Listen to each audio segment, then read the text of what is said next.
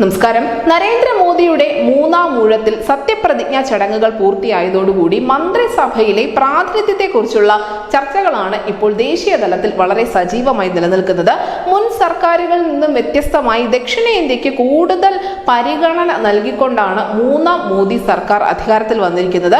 ഈ പുതിയ മന്ത്രിസഭയിൽ തെക്കേ ഇന്ത്യയിൽ നിന്നും 13 മന്ത്രിമാരെയാണ് ഉൾപ്പെടുത്തിയിരിക്കുന്നത്. 2019 ഈ ദക്ഷിണേന്ത്യയിലെ 129 തെക്കൻ സീറ്റുകളിൽ 29 എണ്ണമാണ് BJP പിടിച്ചത്. ഇത്തവണയും ആ കണക്കിൽ കാര്യമായ മാറ്റമൊന്നുമില്ല.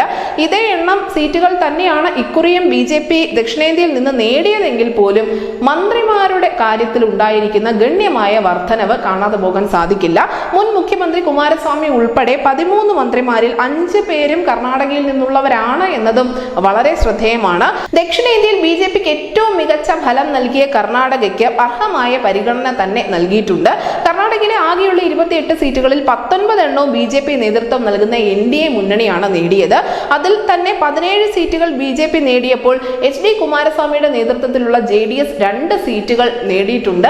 അവർ ആകെ മത്സരിച്ചത് മാണ്ഡ്യയിലും ഹസനിലും കോലാറിലുമാണ്. ഇതിൽ ഹസനിൽ പ്രജ്വൽ രേവണ്ണ മത്സരിച്ച സീറ്റ് മാത്രമാണ് JDSന് നഷ്ടപ്പെട്ടത്. ബാക്കിയുള്ള 2 സീറ്റുകളിൽ അവർ വിജയിച്ച് കയറിയിട്ടുമുണ്ട്. കുമാരസ്വാമിയെ കൂടാതെ മുൻ മന്ത്രിസഭയിൽ അംഗമായിരുന്ന നിർമ്മല സീതാരാമനും പ്രഹ്ലാദ് ജോഷിയും ഇത്തവണയും മന്ത്രിസഭയിലുണ്ട്.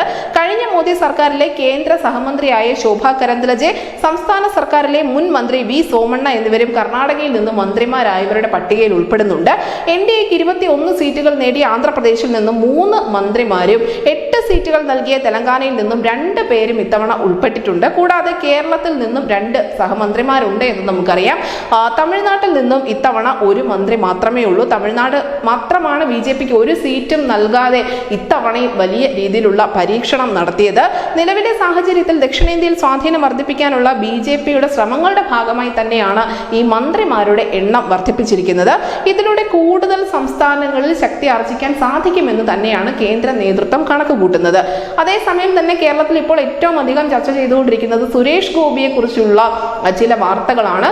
അദ്ദേഹം സിനിമാ തിരക്കുകളുള്ള ഒരു അഭിനേതാവ് കൂടിയാണ്. അതുകൊണ്ട് തന്നെ അദ്ദേഹത്തിന് ഈ സഹമന്ത്രി സ്ഥാനം എങ്ങനെ കാര്യമായി കൈകാര്യം ചെയ്യാൻ സാധിക്കും എന്നതിനെ കുറിച്ചുള്ള ചില ആശങ്കകൾ നിലനിൽക്കുന്നുണ്ട്.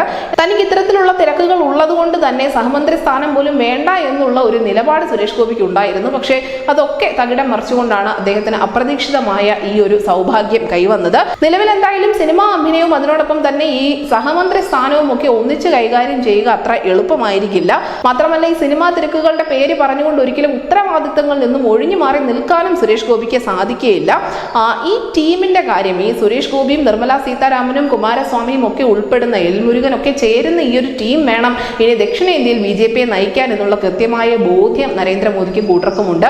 ആ കൂട്ടത്തിൽ ഒരാൾക്ക് മാത്രമായി മാറി നിൽക്കാൻ സാധിക്കില്ല, അയാൾക്ക് മാത്രമായി ഒരു അവധിയെടുക്കാനും സാധിക്കുകയില്ല. സുരേഷ് ഗോപി കേന്ദ്ര നേതൃത്വത്തിന് വളരെ പ്രിയപ്പെട്ട ആൾ തന്നെയാണ്. തൃശ്ശൂരിൽ നിന്നും അദ്ദേഹം വിജയിച്ച് കയറിയത് വെറുതെയല്ല, വലിയ ഭൂരിപക്ഷത്തിലായിരുന്നു. സുരേഷ് ഗോപി എന്ന രാഷ്ട്രീയക്കാരനെ കൃത്യമായി ഉപയോഗപ്പെടുത്തുക എന്ന ഒരു വലിയ വെല്ലുവിളിയായിരിക്കും കേന്ദ്ര നേതൃത്വത്തിന് മുന്നിലുള്ളത്.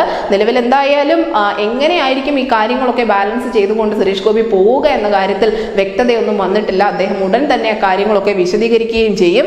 നിലവിൽ എന്തായാലും ഈ ഒരു ടീം, ഈ സുരേഷ് ഗോപിയും അതിനോടൊപ്പം തന്നെ നിർമ്മല സീതാരാമനും കുമാരസ്വാമിയും എൽ മുരുകനും ഒക്കെ ഉൾപ്പെടുന്ന ഈ ദക്ഷിണേന്ത്യൻ ടീം കൂടുതൽ ഊർജ്ജത്തോടെ പ്രവർത്തിക്കുമെന്ന് തന്നെയാണ് കേന്ദ്രത്തിൽ മോദിയും കൂട്ടരും കണക്കുകൂട്ടുന്നത്. News desk news India Malayalam.